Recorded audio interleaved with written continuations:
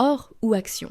Où placer votre argent en temps de crise? Quand l'incertitude frappe, où placer votre argent? Dans l'or ou les actions? La réponse pourrait bien vous surprendre. Dans cette vidéo, nous allons découvrir comment l'or et les actions réagissent aux crises et expliquer des stratégies pratiques pour optimiser vos investissements. L'automne 2024 a été une période agitée. Entre les élections américaines et l'escalade des tensions en Ukraine et au Moyen-Orient, l'or a atteint des sommets historiques. Mais après la réélection de Donald Trump, les choses se sont inversées. Le dollar s'est renforcé, entraînant une chute de l'or, tandis que le Dow Jones a montré une forte volatilité. Le graphique montre la chute du prix de l'or qui a suivi l'élection présidentielle américaine. En effet, au fil des années, de nombreuses études ont révélé un point commun. En période de récession, l'or brille. Plus des 3/4 des récessions s'accompagnent d'une hausse significative de sa valeur. Prenons un exemple récent. Le 19 novembre, une onde de choc secoue les marchés boursiers mondiaux. L'Ukraine aurait lancé pour la première fois un missile longue portée américain sur la Russie. Résultat, le Dow Jones chute de 450 points avant de rebondir légèrement, tandis que l'or remonte en flèche. La crise de 2008 en est un autre exemple marquant, quand l'or a vu son prix grimper en flèche, reflétant son rôle de refuge. En comparaison, les actions ont du mal à traverser les périodes de crise. Prenons la période entre 2007 et 2009.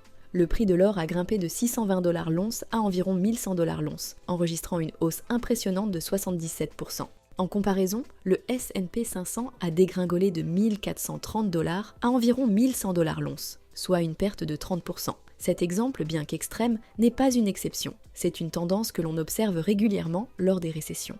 Lors des 3 dernières récessions, l'or a démontré sa solidité, générant à chaque fois des rendements positifs. Les actions, en revanche, ont souvent peiné à résister aux turbulences. Ces événements montrent à quel point l'or est perçu comme un actif refuge en période d'incertitude. Mais est-ce vraiment un meilleur choix que les actions?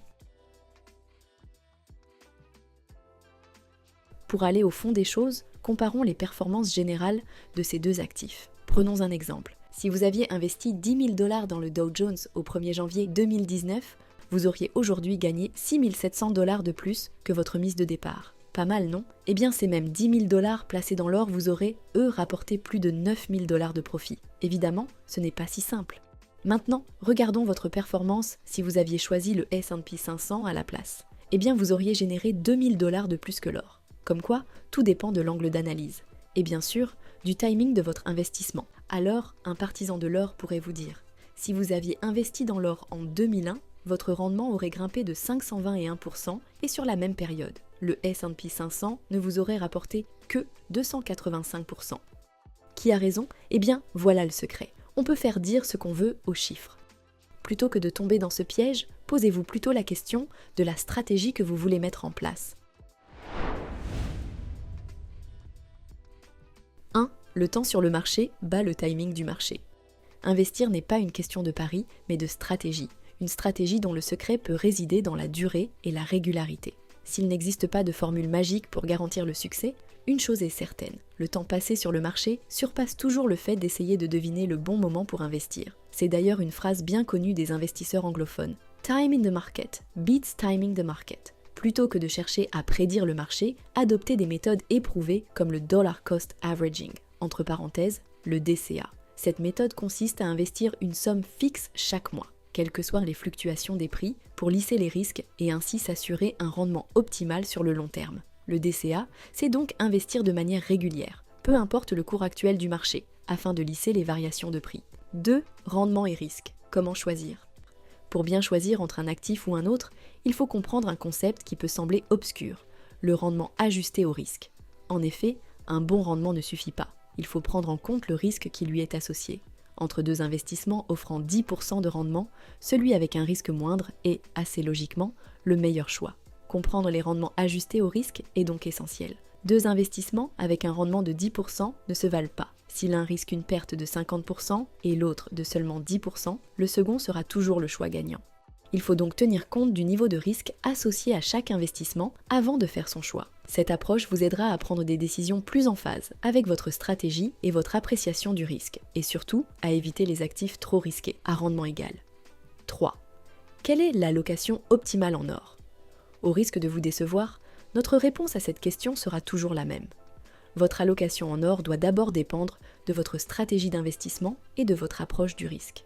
Cela étant dit, des études sur l'impact de l'or dans un portefeuille ont montré que les rendements semblent maximisés lorsqu'un portefeuille contient entre 20 et 30% de ses actifs dans l'or. Mais si l'on ajuste ces rendements au risque, ce qui est une approche plus équilibrée, ces études montrent qu'une proportion d'or plus modeste, entre 5 et 25% de votre portefeuille, s'avère plus optimale.